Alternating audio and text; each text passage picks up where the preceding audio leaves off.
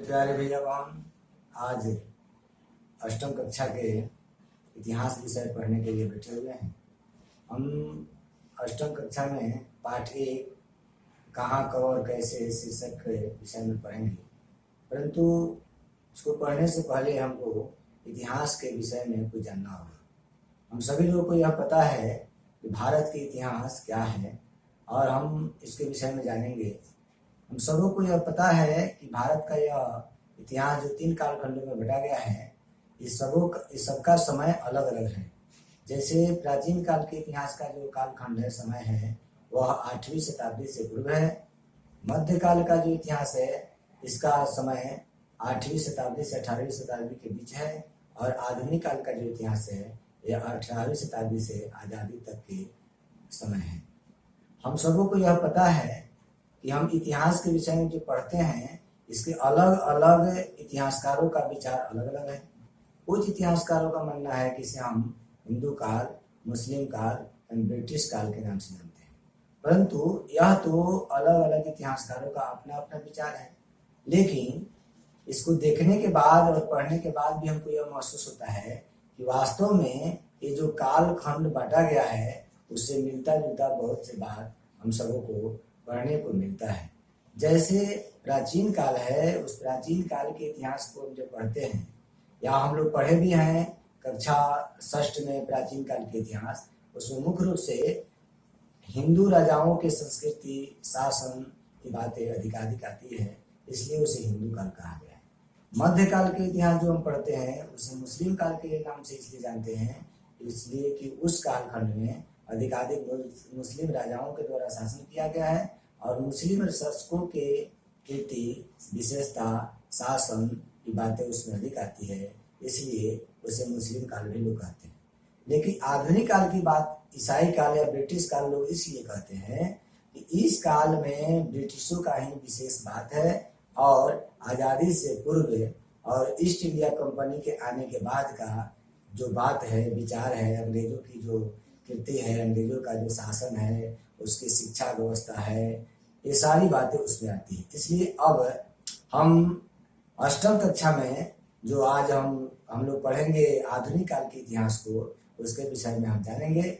और पीछे हमने सप्तम में मध्यकाल के इतिहास को पढ़ चुके हैं, तो हम देखते हैं कि आधुनिक काल के इतिहास में कैसे अंग्रेजों के आने के साथ साथ और आज़ादी के बीच की बातों को बताया गया है। तो देखते हैं कि अंग्रेजों ने जो भारत में आया, वह कैसे आया। तो प्रथम बिंदु के आधार पर देखते हैं कि वह ईस्ट इंडिया कंपनी के माध्यम से भारत में आया और वह ईस्ट इंडिया कंपनी 1600 ईस्वी में भारत में आती है। उसके आने का मुख्य मकसद था व्यापार करना, लेकिन वह सीधे भारत में नहीं आ गया और जोर जबरदस्ती भी नहीं आया। वह हमारे देश में मध्यकाल के जो मुस्लिम राजा थे, उससे अनुमति लेकर आया और उसको जब अनुमति मिली तो वहां पर अपनी कंपनी को लेकर आया, यहाँ पर व्यापार करना शुरू किया, इसलिए उसको ईस्ट इंडिया कंपनी के नाम से जानते हैं। व्यापार करते हुए यहाँ की शासन व्यवस्थाओं को देखा, यहाँ के राजा आपस में एक दूसरे के प्रतिद्वंदी थे, लड़ रहे थे, झगड़ रहे थे। जब यहाँ के राजाओं की कमजोरी को देखा तो यहाँ अपना पांव पसारना शुरू कर दिया और भारत में वह शासन व्यवस्था की ओर अग्रसर हुआ। ब्रिटिश शासन व्यवस्था जो यहाँ पर फैला या ब्रिटिशों के हाथ में जो यहाँ के शासन व्यवस्था गया, यहाँ के शासकों की कमजोरी का कारण है। इसलिए दूसरे बिंदु में हमने ब्रिटिश शासन व्यवस्था और राजनीतिक में अंग्रेजों का बढ़ना देखते हैं। हमको यह देखने का अवसर इसलिए मिलता है कि भारत के इतिहास में, आधुनिक इतिहास में, यह ब्रिटिश शासन व्यवस्था उसके हाथ में कैसे गया और किस प्रकार से शासन व्यवस्था में अपने आप को प्रवेश करके यहाँ के शासकों को पराजित कर दिया और अपने शासक बन बैठा। इसलिए यहाँ के शासन व्यवस्था उसके हाथों में कैसे आई और कैसे आगे बढ़ सकी। लेकिन शासन व्यवस्था हाथ में लाने के साथ साथ आर्थिक व्यवस्था भी अपने हाथों में ले लिया।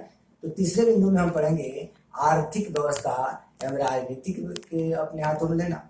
तो आर्थिक एवं राजनीतिक नीति जो हम देखते हैं, इसमें यह देखने को हमको मिलता है कि कुछ राजस्व उसको भी वसूलने का अवसर मिला, जिससे के आधार पर उसकी मुट्ठी जो है मजबूत होने लगी और उसकी मुट्ठी जब मजबूत हो गई आर्थिक व्यवस्था की ओर अग्रसर हुआ तो उसको यह लालच सताने लगा कि अगर यह अर्थव्यवस्था मेरे हाथ में आ जाता है तो पूर्ण रूप से व्यवस्थित शासक मैं यहाँ का बन पाऊंगा। और धीरे धीरे यहाँ के शासकों के, यहाँ के खजानों को, यहाँ के विधि व्यवस्थाओं को अपने हाथों में लेना शुरू कर दिया, जिसका परिणाम हुआ कि अर्थव्यवस्था उसके हाथ में आ गई और राजनीतिक व्यवस्था में उसका प्रवेश हो जाता है। राजनीतिक व्यवस्था में प्रवेश होने के बाद यहाँ के शासकों को आपस में लड़ाने के साथ साथ राजनीतिक व्यवस्था में उसका वर्चस्व स्थापित हो जाता है और राजस्व व्यवस्था वह खुद वसूलना शुरू कर दिया। राजस्व व्यवस्था वसूलने के साथ साथ यहाँ की पोस्ट जो है, यहाँ के खजाने जो है उसके हाथ में आ जाता है और जब उसके खजाना यहाँ का उसके हाथ में आता है तो पूर्ण रूप से वह शासन व्यवस्था में अपने आप को मालिक समझ लेता है, यहाँ का शासक समझ लेता है और शासन व्यवस्था का बागडोर अपने हाथ में लेता है।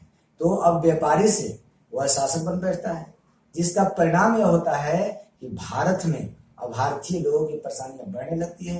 भारतीय लोगों को यह एहसास हो जाता है यह भी अंग्रेज हम लोगों को एक व्यापारी से शासक के रूप में आकर परेशान कर रहा है। तो यहाँ के लोगों ने उसका विरोध करना शुरू करता है।